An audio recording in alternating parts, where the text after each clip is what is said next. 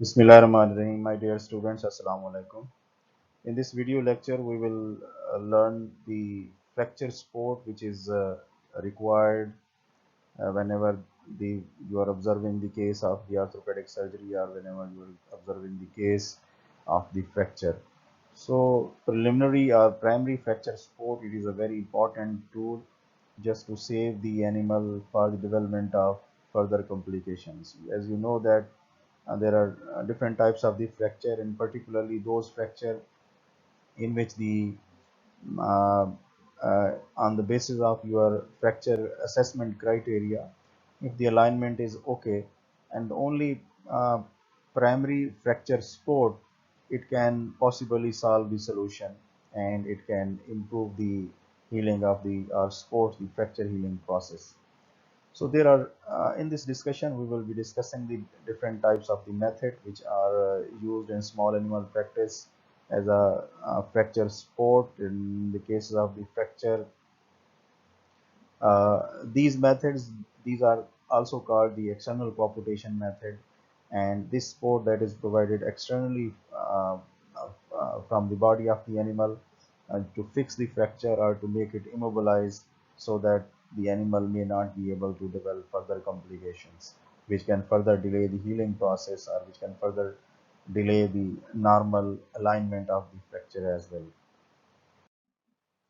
So usually this fracture support that is indicated in those cases of the fracture in or it is indicated in a very early stage so that the patient either it can be depending upon its risk criteria. If it is less risky, so it will support the normal healing process, or if it is a little bit risky, similarly it will prevent the further development of the complications. So these methods involves, they need to be discussed or they need to be uh, uh, looked through whether the application of these different types of the fracture supporting method, it can develop itself the complications or not. So there are certain complications which results after the application of these external fracture support methods. So these complications may be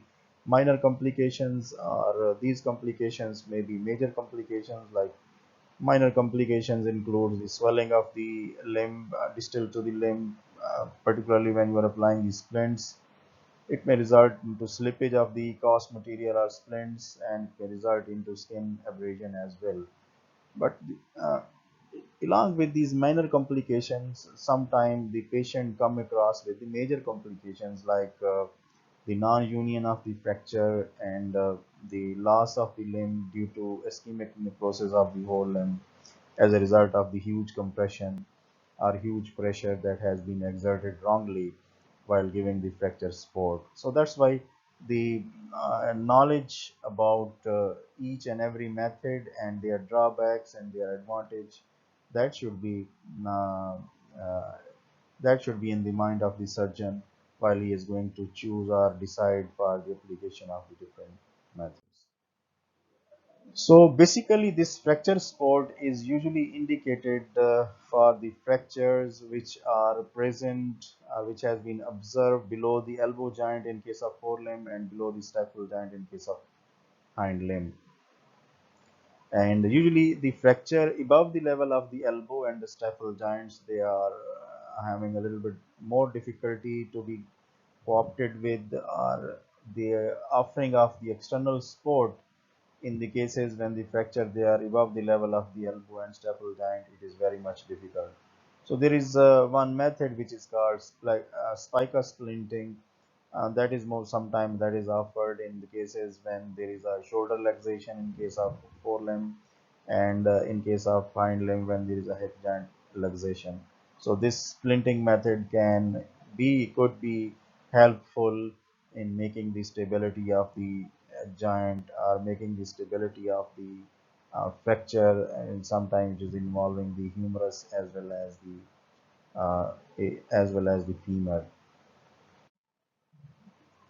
So this slide that is showing the different types of the external support method which are usually offered in our small animal practice.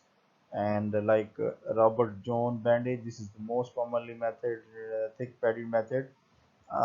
For this method, we have to require the adhesive tape, cotton padding, gauze, and elastic tape. Similarly, the second choice is metal spoon splints. Now, in this method, along with the other material, we have to need the metal spoon splints, which are of various sizes, and they may be of metal, made up of metal or plastic. Similarly, for spica splinting, we have to use adhesive tape, cast padding, gauzes, elastic tape, and the cast material. And similarly, for application of cast, we have to need the cast material, the stock unity, adhesive tape, cast padding, gauze, and elastic tape as well. So our first method, which is used as an external support in the cases when the fracture that is present below the level of the elbow as well as the staple joint, that is the Robert Jones bandage. So these bandage are commonly used in our small animal veterinary practice, and these are the bulky cotton gauze wrapping. So bulk of cotton gauze, they are wrapped around the fracture area and involving the upper and the lower joints of the affected bone, and it can give the external support and immobilization. So basically these Robert Jones bandage, they are further classified into original Robert Jones bandage and modified Robert Jones on the basis of the thickness.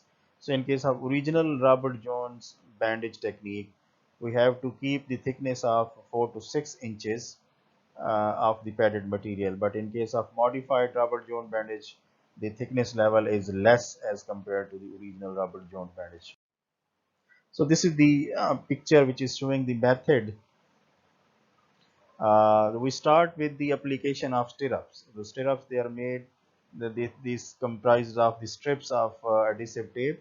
One strip is applied at the cranial aspect of the foot or tarsal or metatarsal region, and the other is applied at the caudal aspect. So after this, the whole area that is wrapped with the gauze, and after that the thick padded material that is wrapped, and starting from the foot and going upward to the above the level of the proximal part of the site of the infection. So this whole area that is thickly wrapped with the padded material, and after that the padded material is further fixed by using the gauzes again, and at the end a single layer of the cast material sometime that is applied to keep the padded material in contact in position. So this is the procedure that involves the Robert Jones bandaging techniques. Similarly, this is another method which provides the external support for fractures in small animals, that is the metal spoons. For metal spoons, our procedure is the same, that first uh, uh, we have to first apply the stirrups, and after that we have to sometime apply the stock unity in the limb, and then we have to apply the cast material just to fix or immobilize the affected limb along with the joints. And at the end, above the level of the cast material, the splints that is fixed, and that splint is further fixed by applying a single or two layers of the cast materials.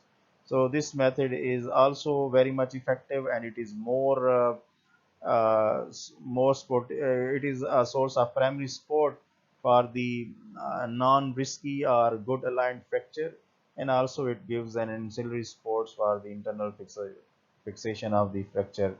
And similarly, these metal spoons are splints. They are available in various lengths and sizes, and they are made up of aluminum as well as in plastic. So this picture that is showing the application of the metal splints, and you can see in this picture the metal splints, they are applied after applying the cast material, and after the cast material, the another layer of the cast material that is applied along the splints with 50% overlaps, and finally this whole area that is protected further by the application of the wet bandage or application of the adhesive tape. This is the another method and another option for supporting or giving the external support to the fracture. So that is the use of slings. So slings are the methods which cause the non-weight bearing of the affected limb. So uh, whenever the limb that is not having the weight of the body, similarly this weight of the body can cause the destruction of the affected or fractured area and can result into misalignment. So that's why in this technique we have to keep the foot fixed with the body of the animal, and it should be totally be it should be prevented for its weight bearing, and ultimately it will start the or it will help or support the healing fracture. So MR slings, they are usually applied in hind or pelvic limb when the patient that is having having an injury in the hind or having fracture in the hind limb region, and particularly it is a very good support in case of hip joint dysplasia as well, or similarly the support for fracture that is involving the femur as well. So what we do, as you can see in this picture, we will wrap a cast material, 2 to 3 layer of the cast material in the metatarsal region, in the tarsal or metatarsal region, and that cast material that is attached, wrap around the body of the animal and turn back, and this rounded wrapping, 2 to 4 layers of rounded wrapping, so it will make the limb to get fixed with the body of the animal, particularly in the thigh region. So in this case, the stifle as well as the hip joint that is totally flexed, and in this flexion state it should remain, and ultimately it will this slings these should remain in action for a period of 15 to 30 days, so that the fractured bones, they get the ability to attract each other or to align with each other. This is the same technique of the slings, and but this is called Velpio slings, and these slings, they are used in the cases to provide the stability to the proximal forelimb, and particularly they are recommended in the cases when the animal is having shoulder joint luxation, or in the cases when the animal that is suffering from scapular fractures. So this sort of slings, it will cause the stability, give the stability to the area which is above the level of the elbow region. So it is also effective when it is applied in the same way in the Emmer sling. The start with the metatarsal or tarsal region, and ultimately the cast material that is wrapped around the body in the thoracic region, and ultimately it will keep the affected limb in a flexed position, so that it should remain fixed along with the body of the animal in the thoracic region. Spica splint, and this is the only method, external coaptation method, that is used to immobilize the fracture which is involving the uh, area above the elbow as well as above the staple joint in case of hind limb. So this technique, it involves the wrapping of the cast material starting from the foot into the inguinal region or in the axillary region in case of forelimb, and that is also turned round along the body of the animal, and it makes the fixation of the fore as well as hind limb, and it cause the give the external support of the fracture, whether it is involving the above the level of the elbow as well as in the staple joint. Similarly, this is a very commonly practiced technique, that is the use of cast or cast material for fracture fixation or stabilization or as a primary support.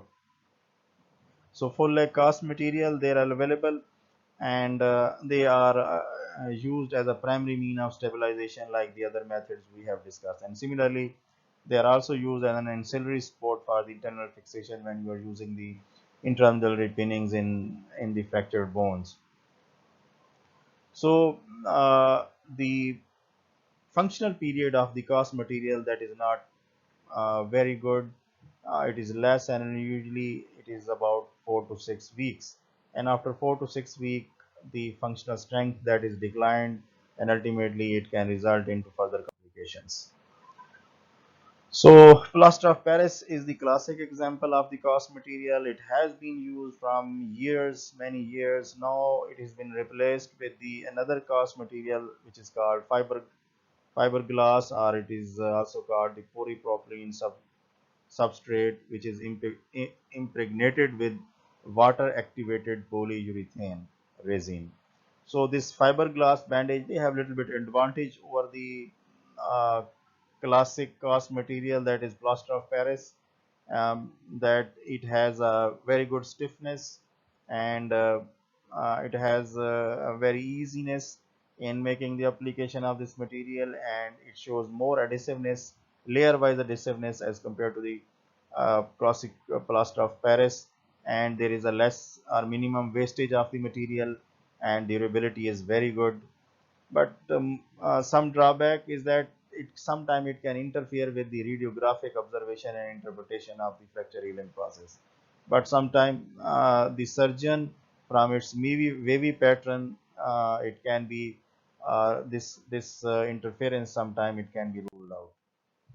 So this slide is a very good example, or very good knowledge for the surgeon when he is going to decide which sort of method that should be used for the coaptation, for fixation of the fracture. So this table is divided into grades, starting from 1 grade to the 10 grade, and 1, 2, 3, 4. These are the grades which show the more risk of the fracture in term of complications, or non-healing or non-alignment, and the grade 10 or 9 or 8 or 7. So these are showing less risk. So you can say this is the example of the femur bone. In the case 1, the animal, that is the femur, that is suffering from comminuted fracture, multiple fracture, and you can see the multiple lines of the fracture lines, they are present. So similarly, the breed, that is the giant breed, so that's why the risk in this case is very much high, as far as its assessment criteria is concerned. So we cannot use these methods and an external support. Similarly, in this case, the animal that is showing the two lines of the fracture are with a reducible fragment, and already has some clinical disease. An animal that is also belongs to the large. So this is again a very fracture which is in the level of the risk. So that's why the use of external support, that would not be effective if it is used as a primary and the only method of fracture stabilization. So this is the method in which you can see there is a compression of the fracture. The breed is a small breed of the dog, and the fracture line, that is the transverse line, and the alignment is very good, and so that's why this animal has a very little risk. So that's why external support in this case, that will be very much effective and would result into healing of the fracture. Similarly, while dealing the cases of the fracture, or while you are offering or making a decision to give the external support, so knowledge about the fracture causing forces, that is also very much important. So there are usually three types of the forces which are acting on the fractured bone, and it can result into main alignment or non-union of the fracture. So these are bending force, those forces which can cause the bending of the fracture bone, rotational or torsional forces which can cause the rotation of the one end of the fractured bone and ultimately cause the main alignment, and similarly the axial forces which can result into destruction of the fractured bone and ultimately result into axis formation. So we have to decide or choose the specific method which must have the ability to overcome all these forces. So say we are using the cast material uh, for the fracture alignment, for the fracture support, so it can only counteract with the um, axial forces, and uh, it cannot act with the uh, other forces. So that's why when the animal that is uh, having the bending forces for fracture and torsional forces for fracture, so that's why our choice of method would be that it should have the ability to combat with all the forces. In this way we will be able to immobilize the fracture properly or start the healing process at the right time. So the procedure for application of the cast is very much simple, and start with the general anesthesia and sedation, and start with the extension and counter extension of the fractured bones. These fractured ends of the bone, they are aligned with each other.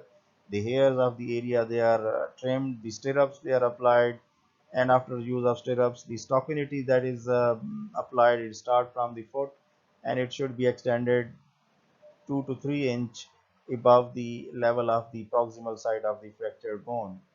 And after that stockinity, the cast material that is prepared, and sometime the padded layer is applied just to keep the bone to get to receive a very less harshness of external pressure of the cast material.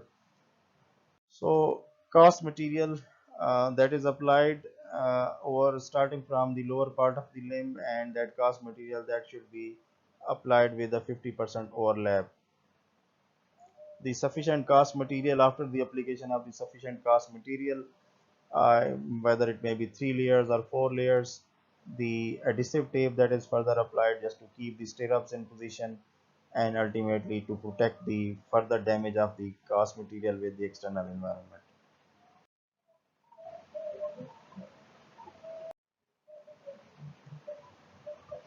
So post-operative care is very much important. We have to be in contact with the owner of the animal, and we have to give some written guideline to the owner of the animal, so that it can be very much critical observer uh, of the patient for the first 24 hours. And usually for the first 24 hours, the owner is directed to observe the any sort of variation in the form of inflammation and swelling.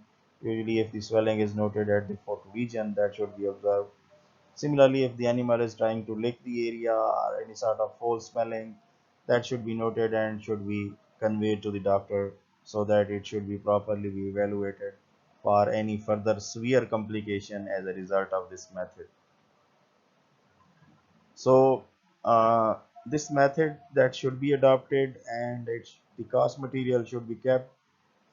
In case of small animal, it should be kept for 2 weeks and then it should be replaced. But in case of large animals, it should be kept for 4 to 6 weeks. So this is the method that is showing in the picture A. You can see the stockinity, stirrups, and then this is the fiberglass tape that is wrapped all around the starting from the foot to the proximal part of the fractured bone. And after that the adhesive tape, that is finally the layer of the adhesive tape that is wrapped around the cast material.